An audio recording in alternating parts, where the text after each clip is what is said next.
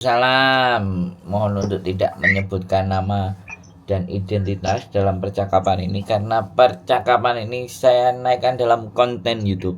Bagaimana Mbak E? Oke, siap. Situ Mas, kan kemarin kan saya semacam kan. Terus ya adik saya kan yang dulu saya kalau nggak salah saya telepon Mas Andro bulan apa ya? Ya wis itulah pokoknya. Iya.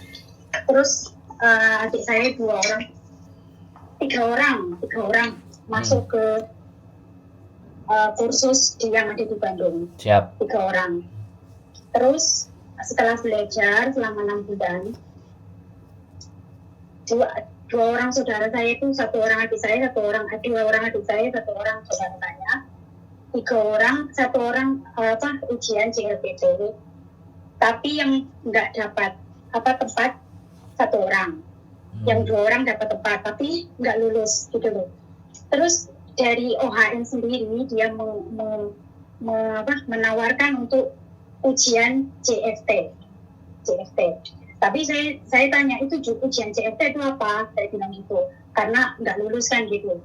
Bukan nggak lulus, kayak nunggu JLPT itu kan lama banget Mas. Kayak 1 tahun cuma 2 kali. Yes, jadi, betul. Di OHM itu dikasih pilihan gitu. Kamu mau nggak ini ujian kayak JFT tapi ini kelebihan JFT kayak gini, kekurangan JFT kayak gini, kelebihan JLPT itu kayak gini.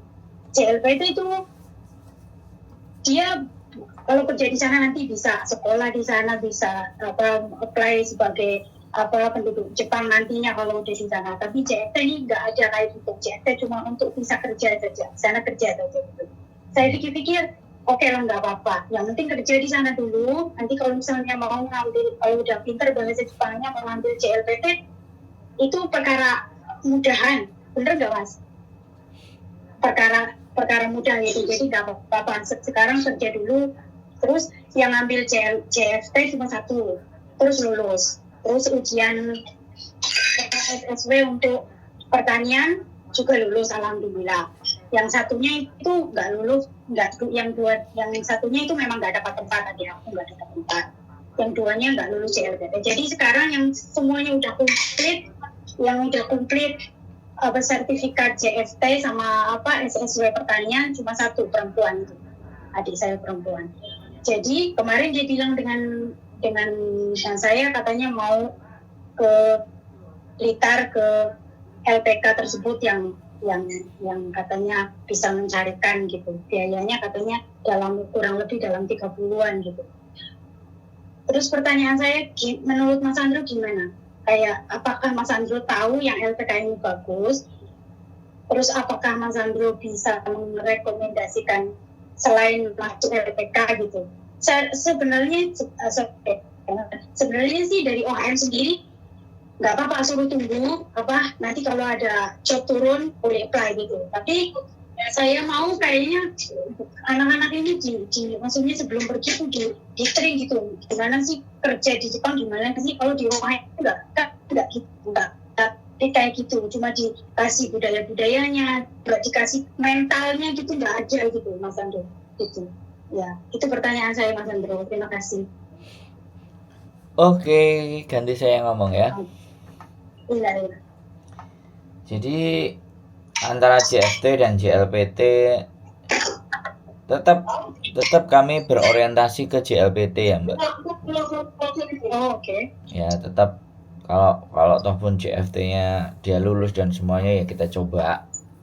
Saya punya LPK yang kebetulan juga bulan Maret, kalau rencana nggak meleset saya juga mau ke Jepang. Nanti tak rekomendasikan, saya punya LPK di Malang yang kebetulan kemarin ownernya, pemiliknya datang sendiri ke Hong Kong. Satu itu. Terus yang kedua, nanti anaknya itu suruh telepon saya, terus sertifikasi JFT-nya yang dia lulus kan ada tuh. Jadi tolong dikirim ke saya sama hasil ujian SSW-nya pertanian. Oke. coba saya sounding langsung ke Sapporo ya, ke Oke, sure. ke kolega saya yang ada di sana. Barangkali dia ada interest dan mau coba langsung ambil satu. Oke, sure, sure. Bagaimana nanti kita lihat perkembangannya seperti apa. Nah, Oke. kalau sampean ngerasa bahwa ibaratnya ya sampean ngerasa mau di train berangkat ke Jepang itu sebenarnya bisa. Langsung aja Oke. kita cari info kursus Oke. Japanese language langsung di Jepang. Oke.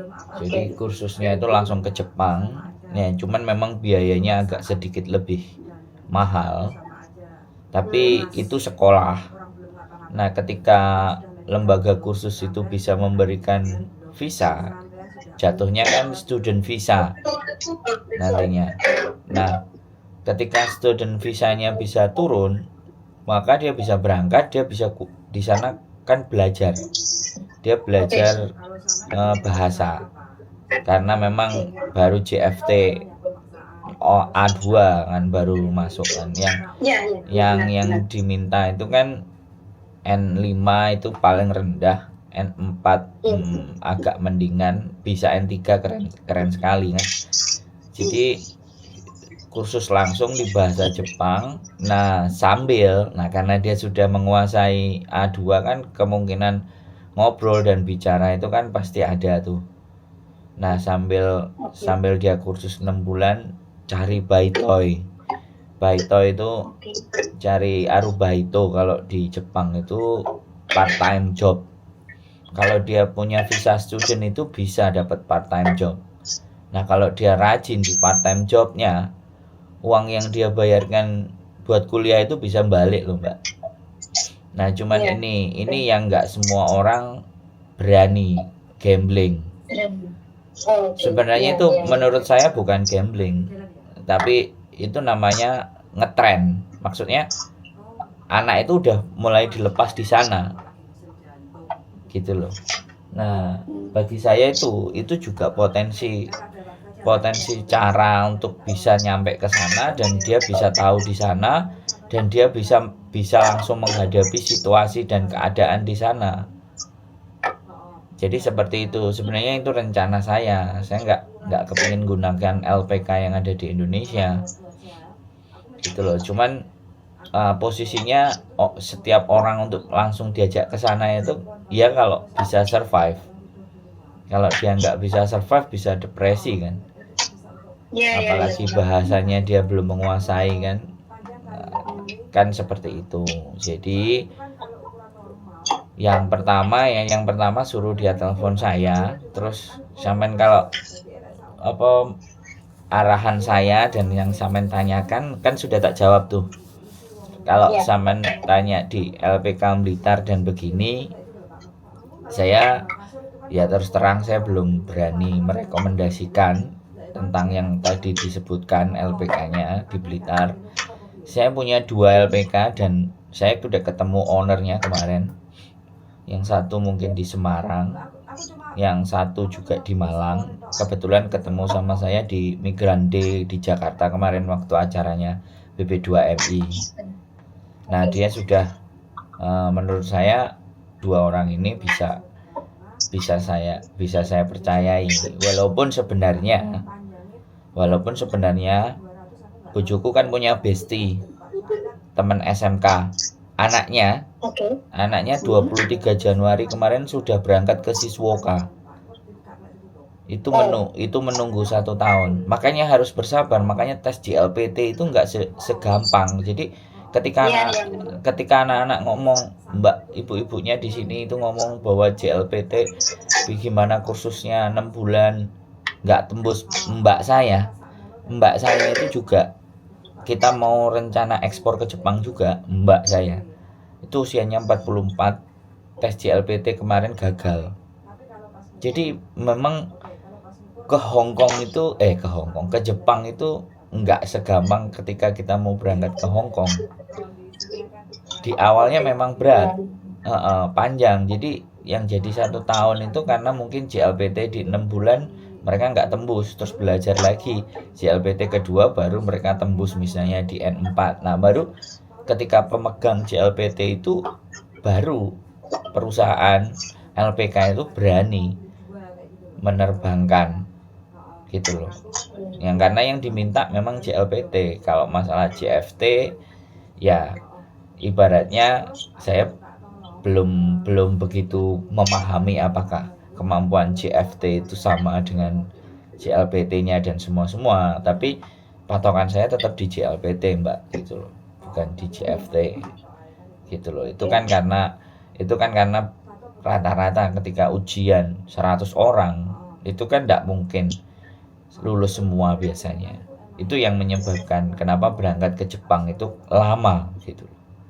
Makanya kan dari sekarang nggak tak doktrin gitu loh. Aku ngomong ke teman-teman ibu-ibunya, emak-emaknya yang ada di Hong Kong, mumpung kelas SMA belum sampai lulus itu leskan dulu gitu loh untuk menghadapi JLPT. Jadi kalau ataupun dia lulus SMA 6 bulan itu udah dia bisa dapat N4 gitu loh Mbak. Itu jadi nggak instan belajarnya. Kalau cuma dikirim instan 6 bulan itu jatuhnya begitu, nggak tembus JLPT-nya. Tapi kalau dia 1 tahun 2 tahun, adik saya itu pingin bisa hidup di Jepang itu kelas 2 SMP Mbak, lesnya sudah. Iya. Kelas 2 Saya SMP. selalu mengikuti. Nah iya kelas 2 Saya SMP. selalu mengikuti. Kelas 2 SMP itu dia les. Dia baru tembus itu S2 Mbak. SMA, SMP, SMA, S1 itu dia nggak tembus cari beasiswa.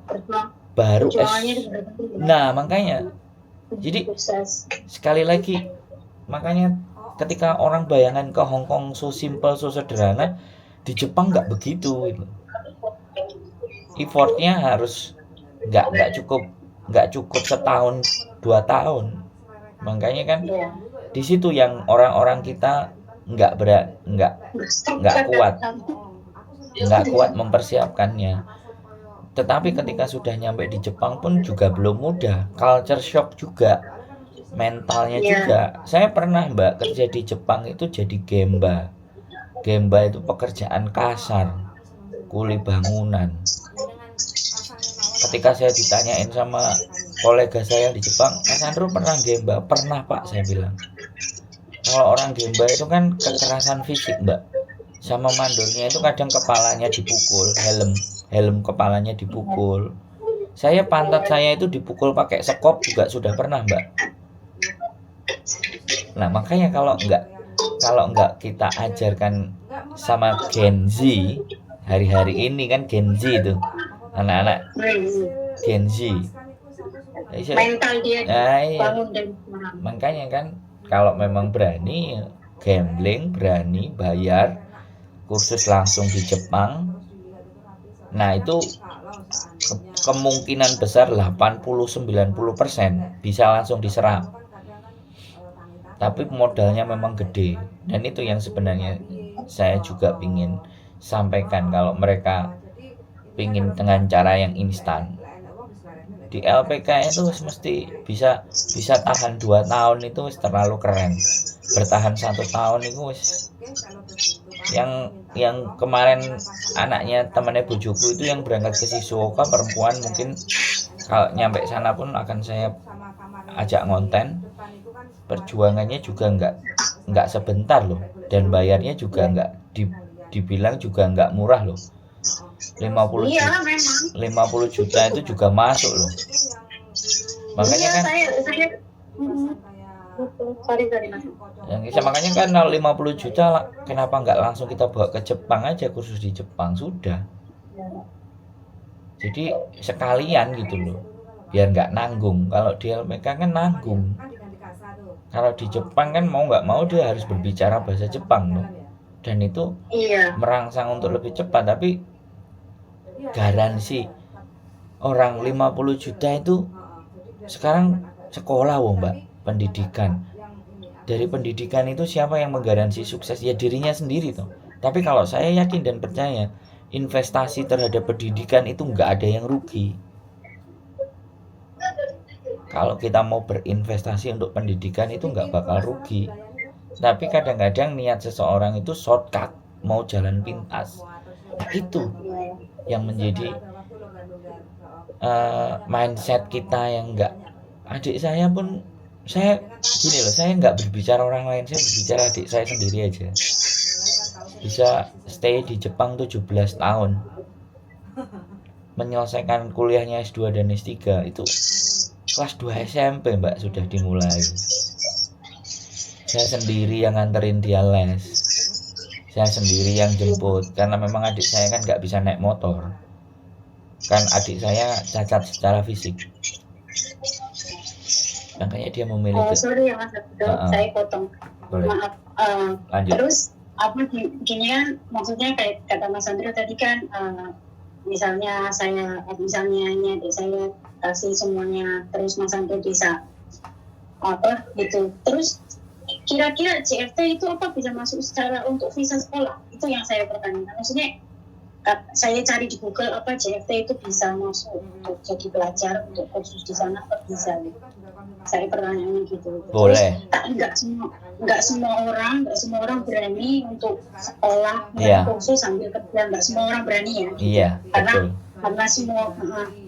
Terus gimana itu kalau misalkan adik saya nggak berani?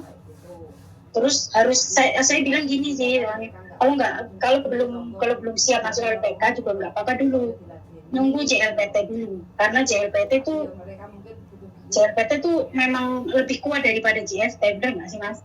Iya kan? Ya makanya semuanya kan tujuannya ke JLPT mbak. Lanjut terus. Ya. So misalnya saya ikut Mas Andro, terus anaknya suruh diberangkatkan sana kesini, ke sana gitu. Terus dia kan tergantung dari saya gitu kan. Semua biaya sebenarnya saya yang itu. Takutnya dia nggak kuat, dia nanti mau mengecewakan saya gitu kan. Itu yang dia takutkan gitu. Terus kira-kira gimana, ada kalau misalnya makanya kan kenapa saya harus ngomong sama dianya? Oh iya. Kan saya doktrin. Makanya saya doktrin. Karena Jepang itu cerita mau jadi dokter, mau jadi profesor, mau jadi dokter itu juga walaupun beasiswa itu tidak segampang yang dipikirkan.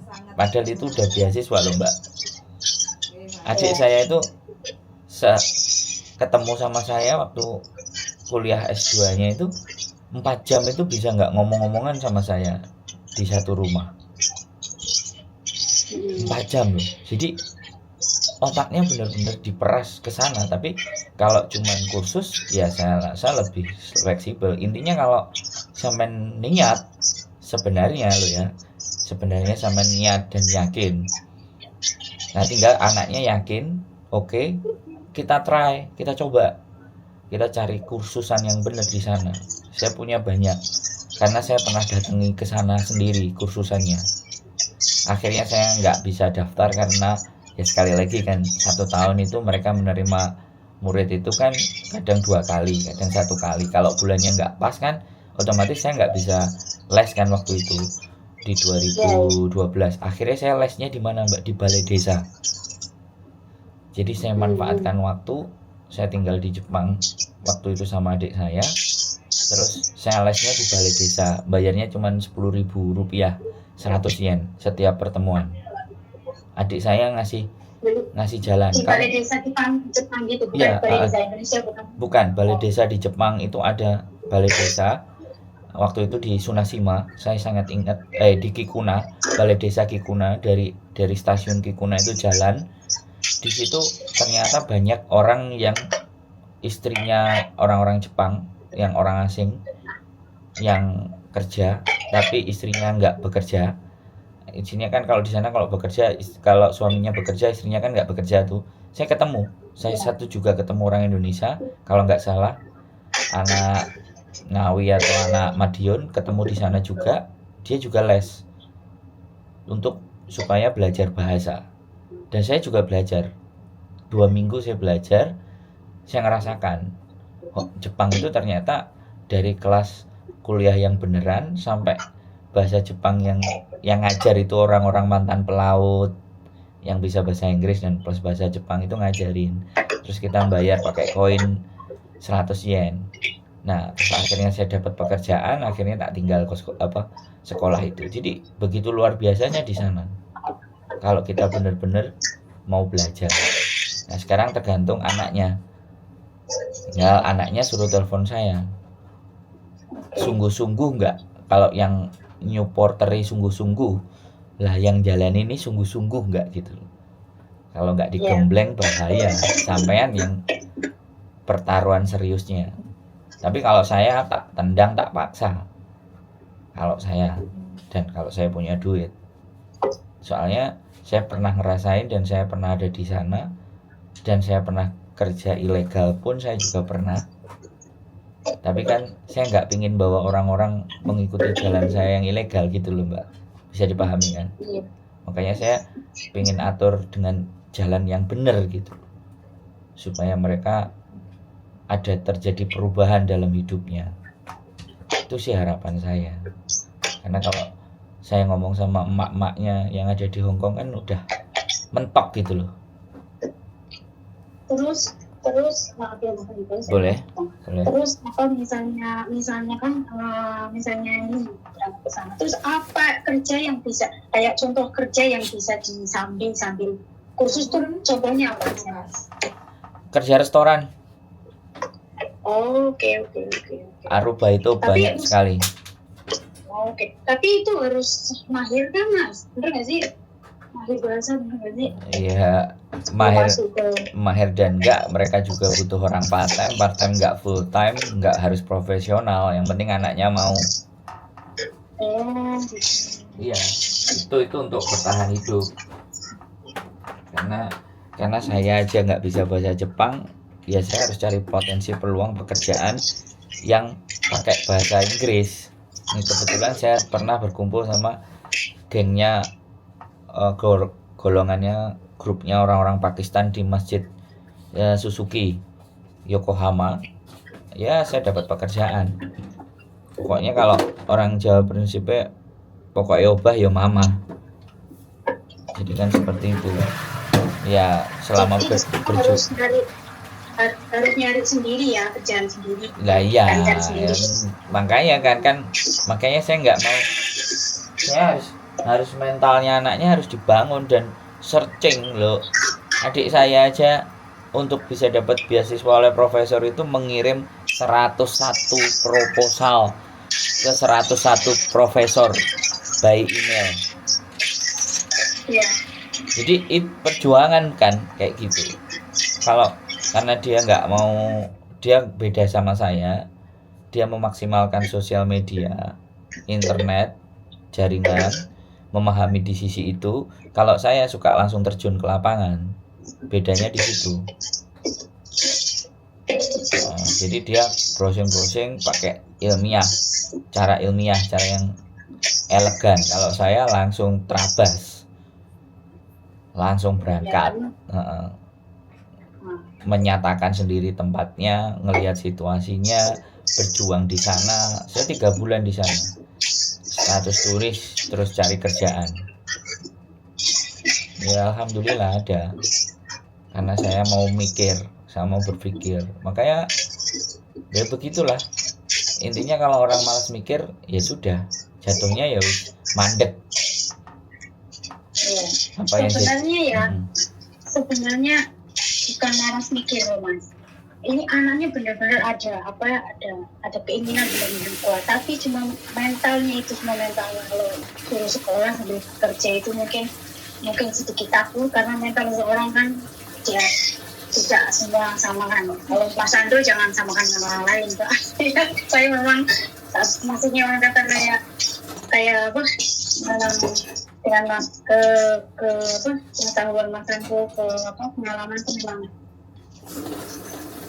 dari saya dengarkan dan Mas Andro itu memang belum ada lah yang orang yang bisa sama dengan Mas Andro itu. Jadi itulah yang kenapa saya pengen masukan dari Mas Andro itu. Tapi misalnya anaknya udah balik ke Mas Andro, terus dia pikir-pikir kayak nggak berani, itu nggak apa-apa kan? Asal Mas Andro kasih dia apa itu? Kasih dia semangat, kasih dia apa? Bukan semangat, kasih masukan, mungkin istilahnya sih gimana sih kerasnya Jepang ini loh, bukan main-main gitu loh. Betul nggak sih? Tuh. Jadi saya seneng kalau kayak sampean punya semangat. Tapi kalau manusia yang diandalkan itu ngutang, ya resikonya kan disampaikan gitu loh. Jadi ya makanya itu loh. Ya berarti makanya kan kenapa saya harus ketemu ke dia, harus nelpon ke dia, harus memberikan gambaran, dan sekali lagi saya juga harus ke sana juga menginformasikan informasi terbaru yang dari sana. Sebenarnya dia itu kalau memang niat itu googling Tokutei Kino, itu sudah ada beberapa yang pakai jalur mandiri, yang artinya mereka jalan sendiri. Itu sebenarnya sudah ada di Jepang, baik perempuan ataupun laki-laki itu ada, baik jalur G2G sama pemerintah itu ada, semua jalur itu ada. Nah makanya kemampuan nyarinya aja kalau dia juga nggak gercep, itu buat dirinya sendiri loh, dan sudah sampai sponsori loh. Saya dulu mah nggak ada sponsor-sponsoran, yos belajar sendiri, gas sendiri, maju sendiri, remuk acur juga sendiri gitu loh. Nah makanya saya kalau sampai tanya nggak apa-apa, ya nggak apa-apa sekali gitu loh mbak. Ya, makanya justru ketika saya ngomong saya kencengin untuk meneguhkan tekadnya dia mau berjuang apa glenya-glenye. Nek glenya-glenye wis turu ae nang omah, ora usah, nggak perlu sampean capek-capek bayarin, ngarahin, di endingnya anaknya nggak ada energi kan, sampeannya nanti yang gerem. Mending sampean ae ngono lho mbak. Ayo udah tua. Mas. Sekarang loh mbak, sampean ngomong sampean sudah tua. Mbak Yuku aja, aku sama adikku itu dorong Mbak Yuku 44 tahun. Makanya itu jadi pilot, itu pilot project. Itu jadi apa namanya? Jadi trial dan error. Mbak Yuki itu mau tak jadikan trial dan error, kelinci percobaan. Bayang no Mbak Yuni dewe lho no kelinci percobaan, kan nggak adik kurang ajar. Mana lho Mbak, kita bukan orang lain yang mau kita buat kelinci percobaan, kakaknya sendiri. JLBT gagal kemarin, mau ikut lagi dia yang kedua. Sampai jebol, nek gak jebol auto industri kan gitu loh mbak. Jadi ya itulah, saya seneng ketika dengerin sampean bertanya antusias kayak gini, itu saya seneng karena saya nggak butuh orang banyak, 1-2 saya bisa nunjukin bahwa iki lo iso gitu. Sebenarnya kemarin ada satu yang sudah nelpon saya, anaknya mbak-mbak yang ada di Hong Kong, tapi kebetulan ibunya sudah dapat permanen residen di Hong Kong, tapi anaknya sudah kelewat 17 jadi nggak dapat permanen residen. Tak suruh ke OHM itu, ke Bandung itu mbak. Nah setelah di Bandung, oh berarti sama ya? Iya sama. Jadi sampean ini yang generasi kedua yang tak arahin ke situ. Yang laki-laki sudah ada, kemudian 3 bulan kalau nggak 4 bulan berikutnya dia baru WhatsApp saya, Mas terima kasih sudah diantar ke sini, saya sudah mulai punya gambaran tentang Jepang, dan ini doakan untuk ujian SSW katanya. Tapi sampai hari ini belum ada WA lagi ke saya. Jadi makanya kan saya itu ngarahin orang, setelah saya arahin, ketika nggak balik nanya feedback lagi ke saya, kan saya jadinya loose kan, nggak dapat lagi. Nggak apa-apa. Kalau kayak sampean ini kan udah les, ini udah jadinya kayak gini, terus kayak gimana. Jadi kan saya perkembangan dan perjalanan itu saya mengikuti, ya kan. Nah ketika perkembangan dan perjalanan saya bisa mengikuti, arahan berikutnya harus bagaimana kan, saya bisa ngatur gitu loh. Makanya kan kalau anaknya telepon, hasil tesnya ada, ujiannya ada, saya terima PDF-nya, coba saya kirim langsung ke yang kolega saya yang di Sapporo, namanya Pak Lubis. Siapa tahu Pak ini bisa nggak dikondisikan, bagaimana Pak kira-kira. mau pakai cara interview apa semua. Kalau ternyata coba dan ternyata dia menerima dan ternyata ada jalan, nah kan saya Bismillah bisa Mas Andro. Bismillah.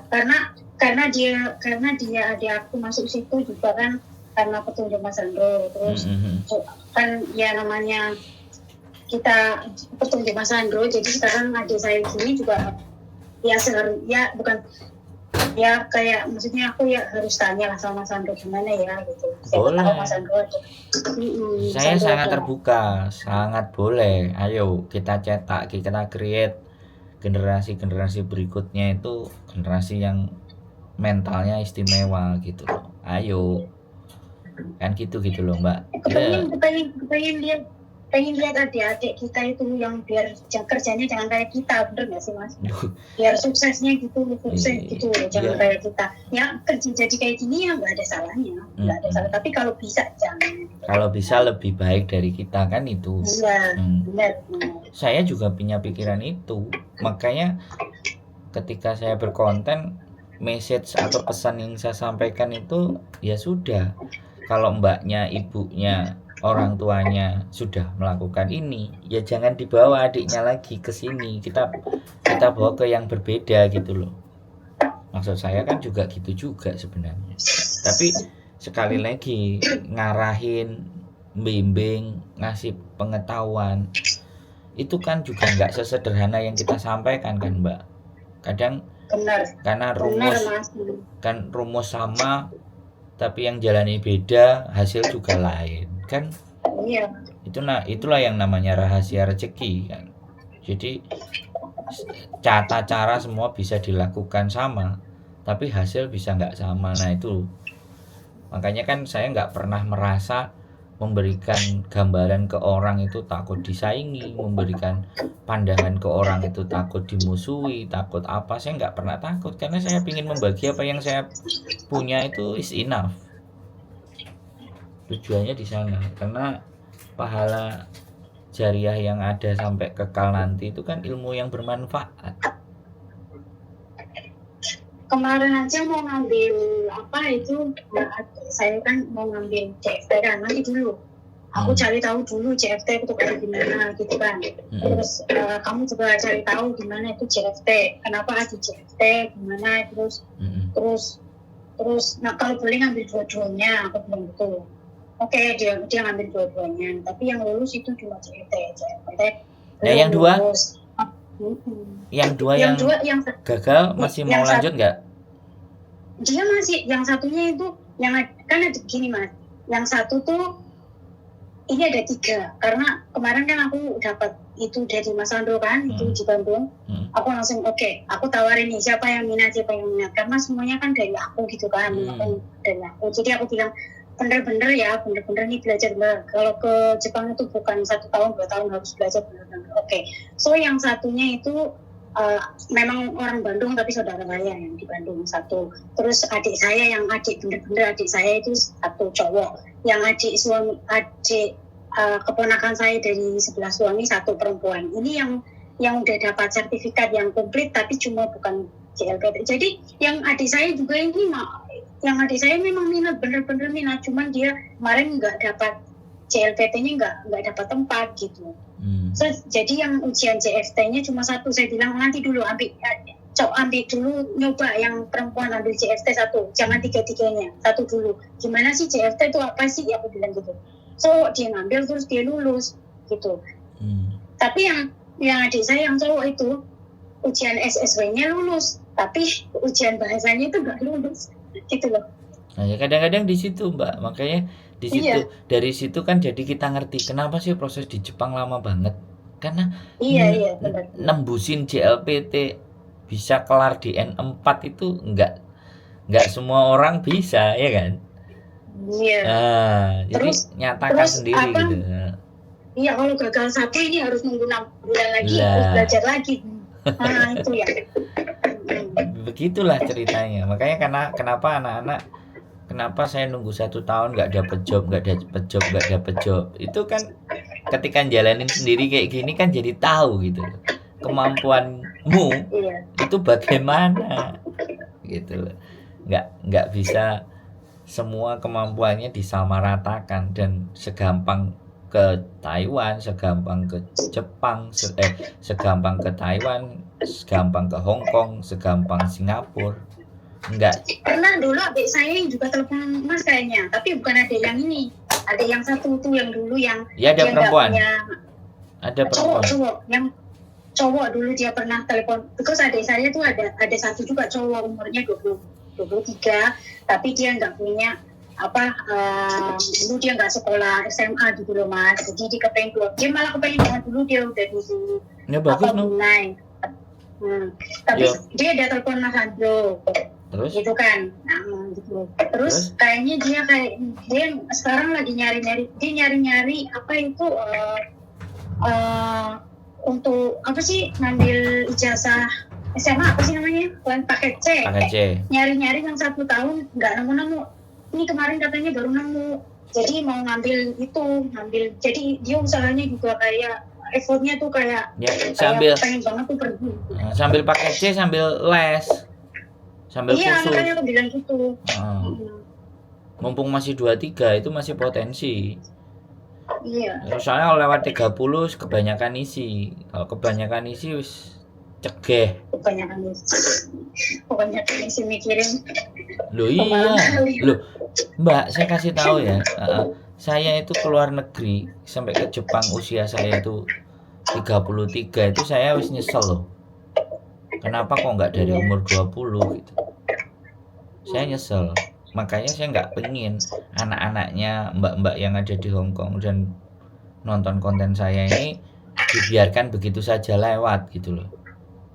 Saya nggak menginginkan itu. Makanya saya harus effort kampanye gitu loh. Dan kemarin sudah kebetulan ketemu LPK yang mumpuni. Ya memang biayanya rata-rata sekarang ada yang 30 juta. Dengan cuma bayar 10 juta di depan, yang 20 juta setelah dia berangkat dipotong gaji 2.500.000 kali 10. Jadi seperti itu. Jadi ada yang cara kayak gitu. Jadi kalau yang potongan ini yang enak. Jadi kan fix dapat pekerjaan dulu gitu loh. Jadi tapi jarang ya Mas yang potongan ya. Loh, jarang ada. Sekarang ada. Ya? Sekarang ada. Oh, ada. Nah, makanya itu yang dulu aku pernah sebelum telepon Mas Andro itu aku pernah telepon ke Semarang LPK apa ya namanya. Ya wes jangan disebutin. Enggak usah disebutin. Aku pernah tanya juga sih gitu. Tapi aku pilih yang Mas Andro yang di Bandung dulu karena dekat dengan saudara kan gitu. Ya, karena aku nggak kepengen masuk LPK gitu. Di situ juga bagus loh yang di Bandung, Mbak. Itu juga beberapa. Iya bagus. Beberapa ngirimin juga. Saya karena tidak ada ya kerjasama enggak, tapi kalau sesuatu itu bagus bagi saya dan saya orang maksa harus mau dapat, tak kasih itu dulu gitu loh. Iya, dia banyak ini kalau mau kursus di sana juga bisa. Nah, itu dia banyak pilihan gitu loh Mas. Makanya ini kan kemarin kalau aku pengen di sana kerja aja ya udah hanya ujiannya JFT aja nggak apa-apa. Tapi kalau pengennya nanti ke sana sekolah terus pengennya apa gitu, jadi banyak pilihan itu loh di sekolahnya, dikasih pilihan banyak. Nah makanya kan balik ke anaknya kan dikasih pilihan banyak di sana. Dan di sana pun kadang-kadang kalau ada job order juga diumumkan, tapi biasanya bagi yang minat aja job order. Oh ada job di sini, ini lagi tersedia 34. Nah yang aku bicarain sama adikku kemarin itu juga bisa nggak kita jadi agensi di Jepang yang langsung kolek 10, 20 atau 30 perusahaan yang membutuhkan source atau sumber daya manusia. Kan kemarin diskusinya kita juga meeting dengan 3 orang yang kolega kita yang ada di Sapporo, di Hokkaido, ada 32 tahun di Jepang dan dia juga sudah director perusahaan. Makanya kan kita kolek ya, kita kumpulin data-data yang valid. Nah saya harus juga terjun ke sana, jalani sendiri, menyatakan sendiri, jadi tidak berdasarkan jarine. Terus ketemu adik saya juga, kita diskusi aturan. Kalau perlu saya juga harus ngutip peraturan labornya di Jepang bagaimana, sehingga terjadi persoalan pada teman-teman itu kita bisa bantu gitu loh. Hampir persis seperti kayak Kayak di Hong Kong ini, kalau di Hong Kong kan karena saya tinggal di sini jadinya lebih ngerti. Kalau peraturan labornya di Jepang kan mesti belajar lagi double gitu loh. Ya nggak apa-apa, saya harus belajar demi kemaslahatan orang banyak ya. Saya harus benar-benar belajar. Karena menjadi pribadi yang bisa dipercaya itu kan nggak semua orang bisa, toh Mbak. Iya. Jadi seperti Terima itu. kasih, Mas Andri. Ya pokoknya Apa? adiknya suruh telepon saya, ya. Mungkin nanti suruh adik saya itu dua berkumpul terus telepon Mas Andri jujur dengerin gitu loh. Ya boleh. Biar Terus tahu, dia tinggal di mana sih? Cilacap, saya yang sana Cilacap nanti. Nah, saya tanggal 15 pulang ke Indonesia. Kalau dia mau main ke rumah, ngobrol, atau ikut ke LPK saya yang di Malang, ayo. Tak anterin sekalian. Oh, wes. Tak Oke kasih lah, tahu nanti juga. nanti coba aku tak itu. Kabari. Nanti sini yang pertama suruh telepon Mas Andri dulu lah. Jadi Terus kalau terus aku mau nanya lagi, bisa kan? boleh. Boleh yang banyak, nanya yang banyak Mbak, nanya yang banyak. Ini kemarin kan aku ketemu Mas Andri tuh dengan Mbak Yuni tuh yang masalah data aku itu loh yang aku pengen rubah ke apa tuh ke paspor. Ingat nggak Mas? Kayaknya Mas nggak ingat lah. Data merubah ke paspor maksudnya gimana? Kemarin kan aku telepon Mas Andro, aku tanya gimana caranya mau merubah apa data yang asli ke paspor gitu loh Mas. Gitu. Merubah. Terus kata Mas Andro dikasih apa saran untuk ke kantor ke apa pemerintah desa dulu kan. Terus? Itu pemerintah ke balai desa ke ini diurusin. Alhamdulillah sekarang udah bisa gitu. Udah bisa. Kan kemarin aku bilang Mas ini ada masalah. Aku kan mau dibawa ke sini sekolah di sini sama majikanku sebagai sponsor. Kan gitu kan. Terus aku nanya gimana caranya menyamakan apa KTP Indonesia itu data-datanya di Indonesia ke paspor gitu kata Mas Andro. Pergi ke ini pemerintah desa ke ini suruh ngurusin, kalau nggak suruh sidang gitu. Tapi kan masalahnya aku nggak bisa pulang gitu kan. Terus kata Mas Andro pergi ke situ dulu, nanti kalau nggak bisa nanti aku bisa bantu gitu Mas Andro bilang gitu kan. Terus sekarang alhamdulillah semuanya udah beres gitu loh, dengan bayaran 3.500.000 semuanya udah kelar. Udah sama ya? Sudah sama. Tapi aku harus mengorbankan gitu loh Mas. Kayak mengorbankan ijazah aku. Kan ijazah kan nggak bisa nggak bisa dirubah. Jadi ijazahku jadi korban. Terus mungkin nanti juga aku mau minta Mas Sandro, bukan sekarang lah, tapi kapan-kapan gitu mau minta tolong ini loh Mas soalnya kan di desa itu kan nggak bisa merubah buku nikah gitu kan, nggak bisa. Katanya kemarin kan Mas Andro oke lah, kalau bisa nanti insya Allah bisa, Mas Andro bisa janji kalau buku nikah gitu kan bisa dirubah gitu. Bisa disamakan sama paspor gitu loh Mas.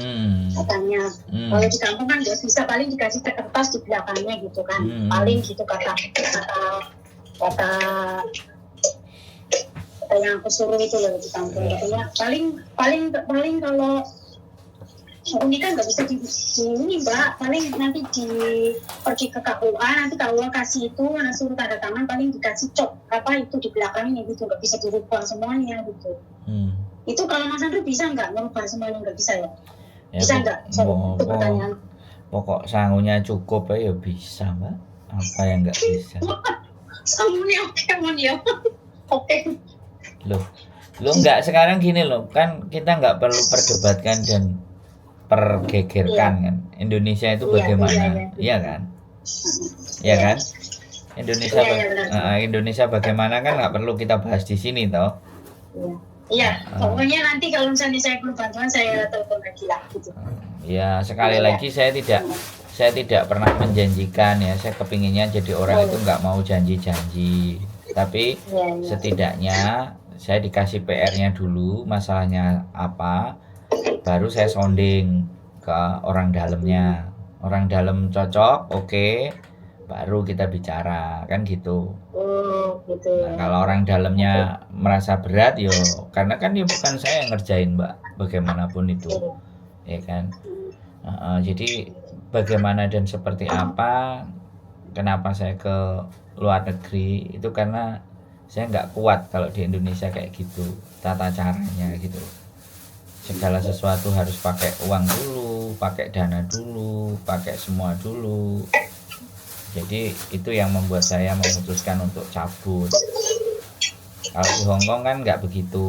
Di Hongkong pokoknya kamu bisa ngerjain ya sudah, gajian, bayaran.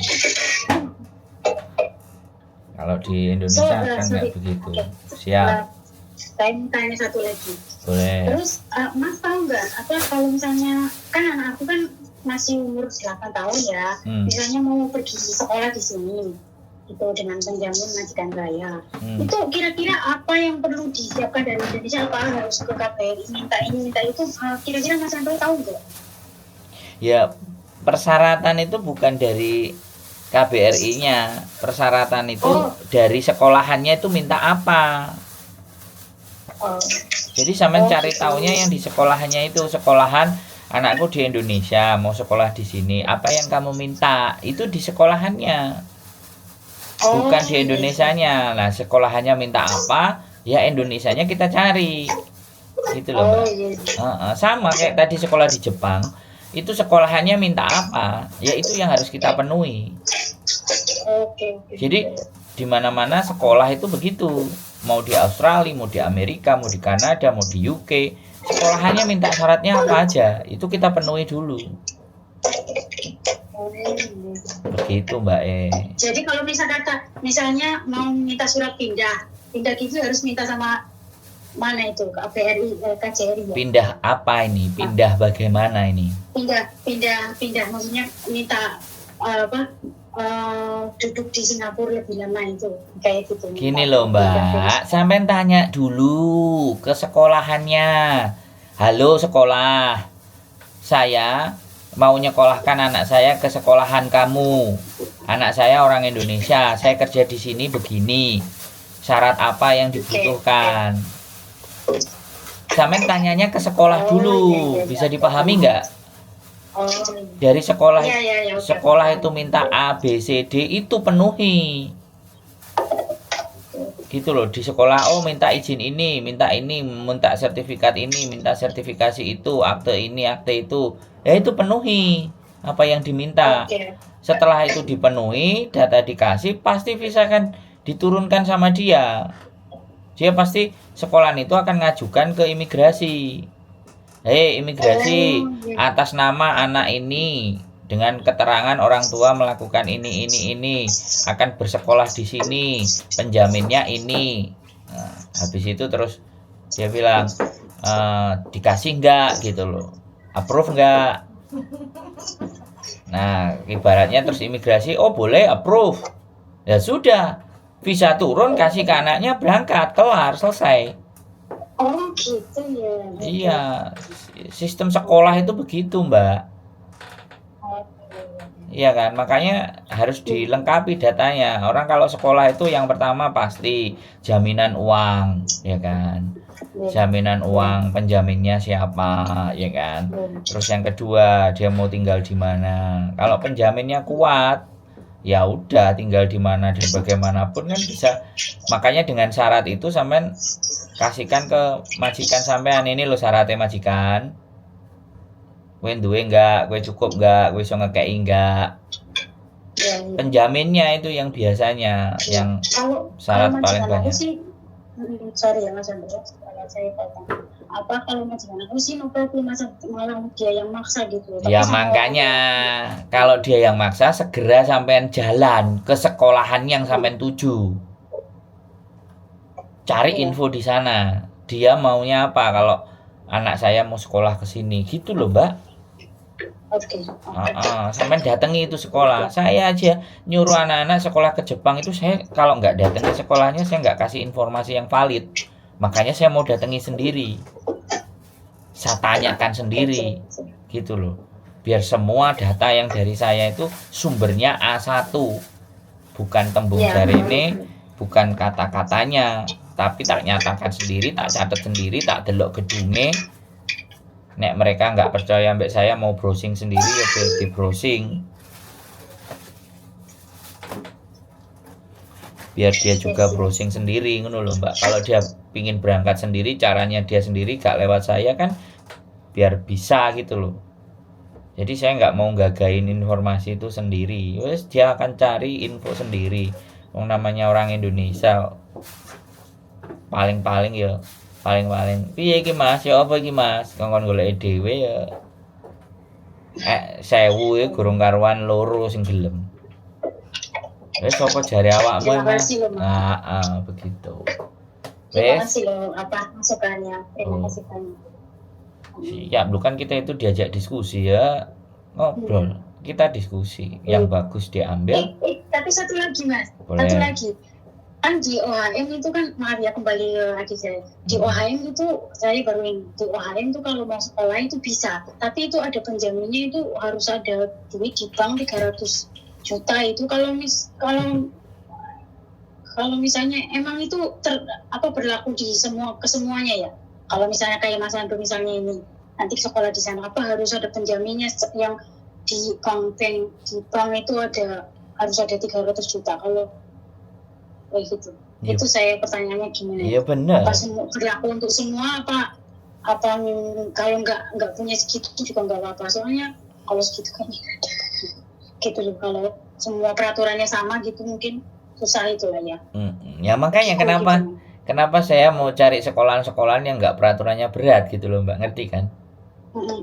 Ya kan, kalau segitu kan berat, makanya saya bukan berat sekali. Nah makanya kenapa program kayak yang saya lakukan, yang mau saya tawarkan itu nggak mudah gitu loh, karena sekolah itu butuh jaminan segitu. Makanya saya mau cari sekolahan yang nggak butuh jaminan segitu, minimalnya jaminan 100 juta aja lah gitu, atau bayar SPP aja beres gitulah. Kan mereka negara maju itu ingin memastikan tidak akan jadi gelandangan gitu loh mbak sebenarnya. Iya. Ketika punya uang segitu itu kan artinya bahwa orang ini itu kalau belajar ke Jepang nanti itu nggak gembel gitu loh mbak. Jangan kita bicara 300-nya, kenapa mereka menggunakan standar itu gitu loh. Karena benar-benar ingin fokus belajar, agar yang dikirim itu fokus pada belajar, tidak fokus ke cari uang. Makanya ada garansi jaminan 300 juta loh kan.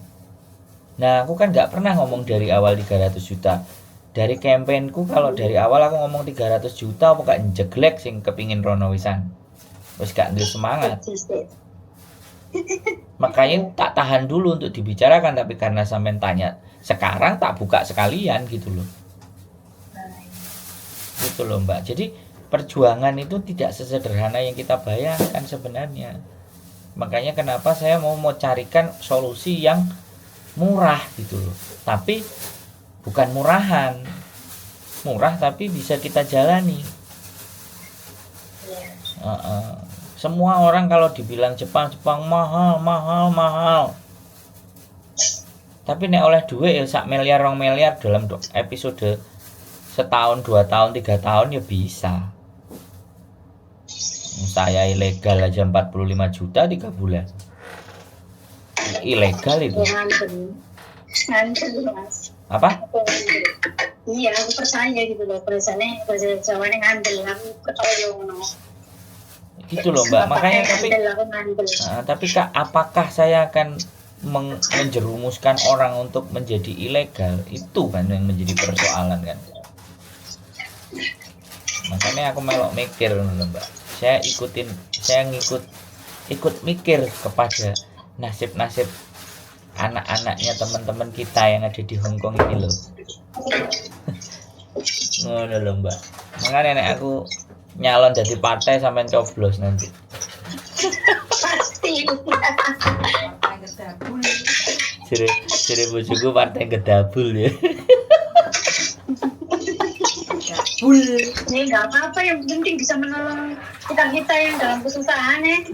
Gedabul. Nggak apa-apa kalau jadi dari- pemimpin dari sama dari- ngomong rakyat.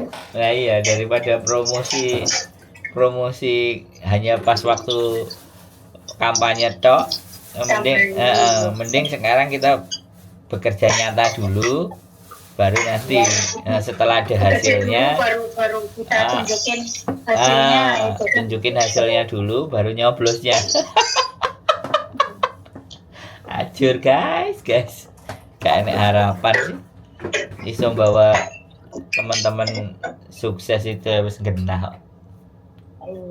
Itu nggak semua orang bisa loh mas, nggak semua orang berpikir kayak gitu loh. Nah, Bener loh. iya makanya itu perjalanan hidup ini Mbak. Iya. Mohon bantuan doanya dari sampean aja. Iya. Sampean itu bisa sampean bisa bantu doa, sampean bisa bantu nonton channel saya, sampean bisa komen, sampean bisa subscribe itu wis Dino kupingku tak sumpel karo iku kora-kora. wis intinya sampean nonton, sampean komen, subscribe itu wis sangat membantu sekali gitu. Bantuan yang saya meminta bantuan itu yang enggak berat. Saya minta bantuan yang biasa aja, yang ringan tapi bermakna. Oke. Nggak mampir lah mas, nanti pulang ke Indonesia nggak mampir Singapura. Transitnya Brunei. Oh, Transitnya masih Brunei. Bojoku. Ya, nanti sejane ya nggak tahu bagian tiket ibu negara ini yang ngurusin. Nanti kalau dia mau main saya oke. Ya lama kita juga. tunggu lah. Lama Pengen juga. ngobrol malam, iyalah udah ngobrol berapa kali kan, pengen ketemu juga sama orangnya kan. Iya. Saya juga kalau ada subscriber di Singapura ya pinginnya juga bisa ngobrol ke teman-teman. Kalau pengalaman remuk-remuk kan kepengen pengalaman remuk-remuk juga kan pengen aku ceritain gitu kan. Sekarang suksesnya orang melihatnya wah sukses gaji gini gede bisa gini gitu. Mbak Tapi Aziza. prosesnya itu Iya, jadi ya seperti itulah Mbak. Ya kalau saya lebih senang ketemu subscriber daripada ketemu YouTuber yang lebih gede. Pejabat jarimu. Apa? Pejabat. Pejabat apa? Lebih senang ketemu subscriber daripada pejabat. Ya, nek kemarin diundang pejabat, diundang. Kitanya tapi kan diundang. gini loh mas, apa perjuangan Mas Sandro ya sebagai turis dulu di Hong Kong, terus 10 tahun berapa tahun kemudian berpuluh-puluh tahun udah ada kemajuan gitu loh, Mas Sandro bisa diundang sama orang penting di Indonesia untuk mengutarakan kita yang di sini sebagai TNI suara hati TNI itu kemajuan yang sangat-sangat Karena gedabulnya Mbak, karena kan gedabulannya. ya enggak lah, gedabul tapi kan ada isinya Mbak. Itu bukan gedabul orang yang pinggir jalan itu loh, bukan. Ini gedabulnya yang ada maknanya, ada perjuangannya untuk TNI itu loh maksudku. Ya, begitulah bojoku, Mbak. Ya. Wis blenger tak gedabuli itu lho wis benger. Makane Tuh, piye carane gedabulku iki enek isine kan ngono to. Ada manfaat. itu yang penting. Iya. Jadi ya seperti itu kan namanya hidup itu kalau bisa punya manfaat itu kan lebih baik. Itu aja sih. Kalau masalah angen-angen biyen pingin diakoni, dihargai itu nggak ada. Saya nggak pernah punya ambisi untuk kesana. Ambisi saya adalah bagaimana sih aku hidup itu ada nilai dan orang-orang yang di sekitarku itu merasa terbantu. Orang-orang di sekitarku itu mulai punya pandangan, punya pemikiran, punya hal yang baik. Itu aja sih. Itu aja. Jadi YouTuber aja yang bisa memberikan sesuatu makna dan nilai ceritane ngono Mbak. Ya, semoga ceritanya berakhir dengan kesuksesan Amin. dan Amin. bisa menolong banyak membantu kita lah yang selalu ada masalah Amin. menyelesaikan masalah gitu Mas. Terima kasih banyak loh Mas. Amin, siap. Mbak Yuli, terima kasih ya Mbak Yuli. Ya. Joykin, hai Singapura. Joykin, hai Singapura. Welcome to Singapura nanti. Nek mampir Iyalah, Singapura. kita tunggu ya Mas. Iya, Oke. iya. Terima kasih. Ya nanti saya telepon bilang sama dia aku Siap. suruh teleponnya insya Allah. Tapi bukan hari ini, mungkin nanti kalau Ya, boleh mau kapan telepon aja. nanti SMS dulu. Iya. Terima kasih ya Mas. Siap. Oke. Siap, Mbak. Sehat Oke. selalu, Mbak. Oke. Tetap semangat. Oke, terima kasih. Terima kasih juga ya.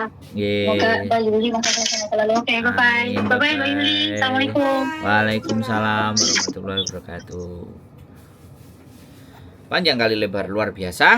Sehat selalu buat sampean Mbak yang ada di Singapura. Tetap berjuang untuk saudara-saudaranya, untuk anaknya. Berjuang ke yang lebih baik. Mudah-mudahan pertolongan Gusti Allah bisa datang kepada kita semuanya. Stay tune my YouTube channel and see you next video. Bye bye.